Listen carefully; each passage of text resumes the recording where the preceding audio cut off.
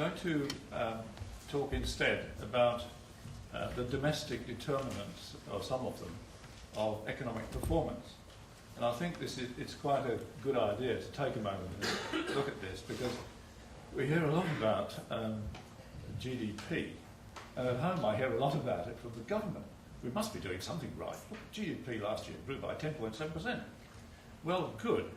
But as everybody says, a lot of that is related to cutting down the natural forest and exporting it, and not getting anything like the return you ought to get for those cubic metres of those species.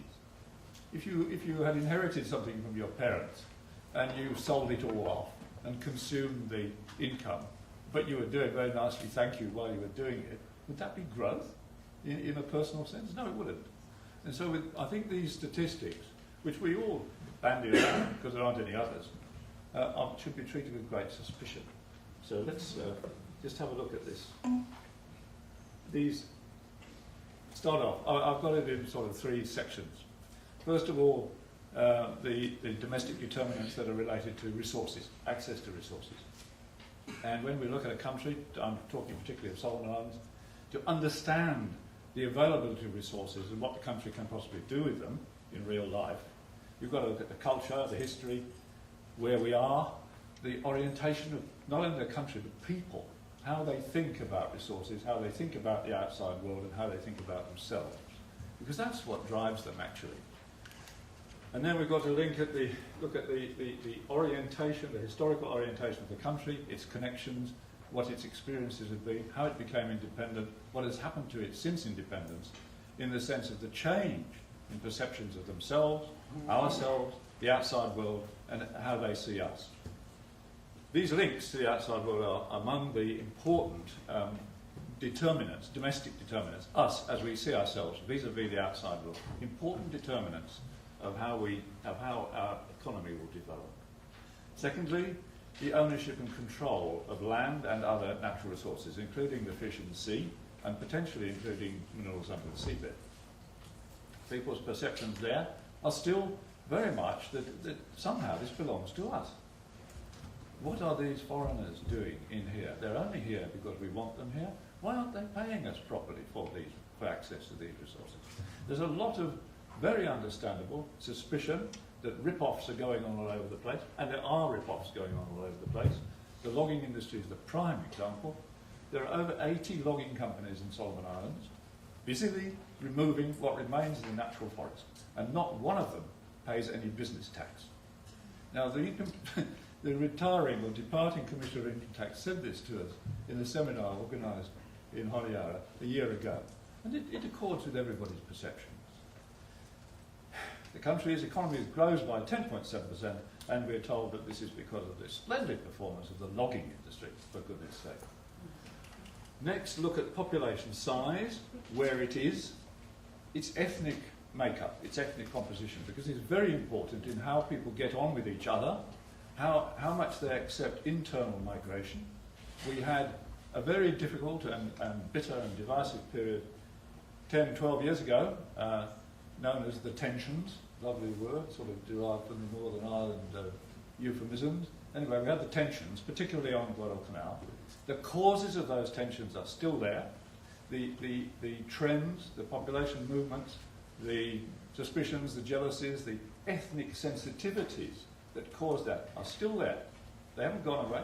The first thing anybody asks in Solomon Islands about something else is where do they come from? Which island? What do we know about those people? Do we like them or do we don't like them?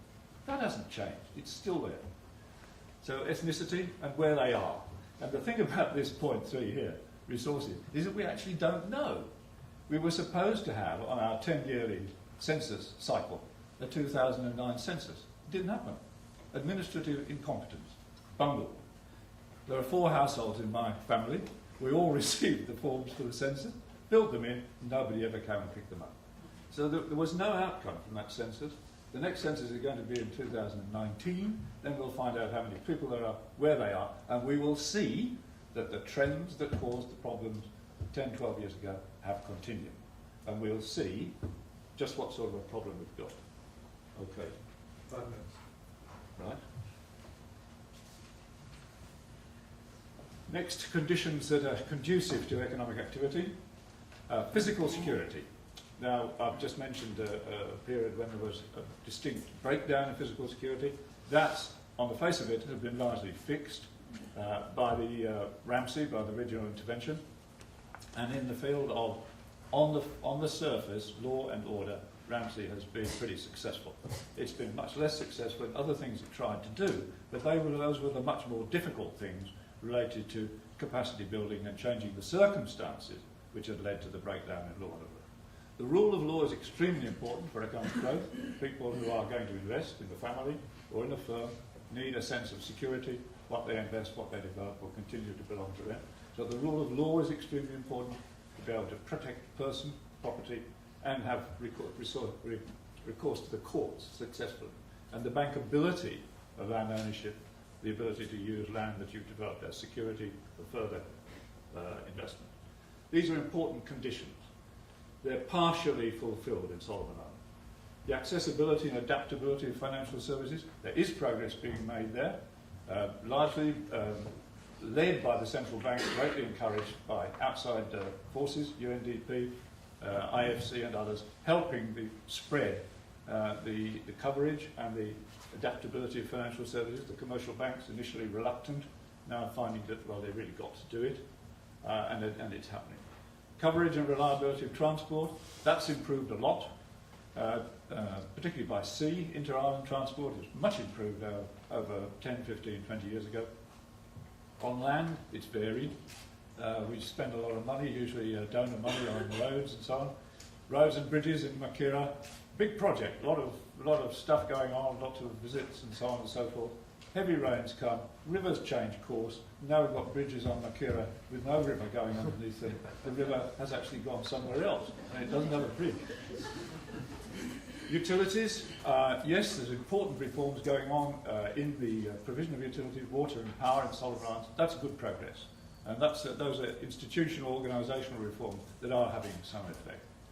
And telecoms, particularly, of course, the mobile phone network, that's happening, transforming life, and in all sorts of ways. I live in a rural part of the Western Solomons, and everybody's got a mobile phone, and it isn't only news on copper prices that travels by mobile phone, as you would probably know, it's also village gossip, and now it's instantaneous. And it used to take 2 weeks for some news to travel, now it's on the mobile phone. He did what? Last night? You saw him? My God, we must do something about it. Yeah, well. Okay, so these are conditions conducive to economic activity, and they're all under domestic control. I think that's really what I'm getting at. It's what we do domestically with what we've got that makes a tremendous difference to what we're going to be able to do in terms of economic growth. Next one, conditions. Still going?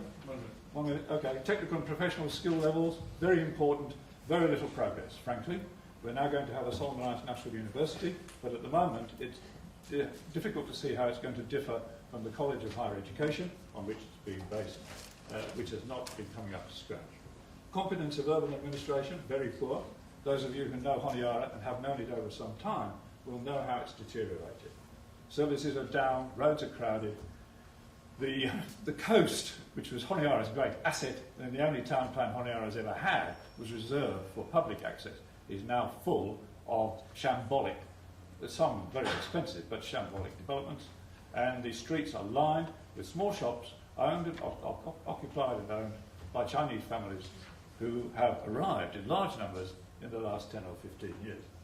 Passports on sale at the Immigration Department. Scale, scope, resilience of the private sector, that's good. People are in the private sector, Solomon Islands, in the private sector, running businesses, learning, expanding against many of these problems they are having to overcome. Okay, last bit, government. The other determinant area, I think I've labelled it government, but it's the quality of governance and service delivery in those areas where the government is responsible. The structure, openness, accountability of the government, a lot is to be desired. Government has become secretive and incompetent. And there's no pressure on the government really to do anything about this. Donors provide aid anyway, for lots of reasons that have nothing to do with the competence of the government. The capacity, honesty and competence of political leaders, that's on display, and I don't know of anybody in Solomon Islands who would think that that was satisfactory. They're a mixed bag, of course.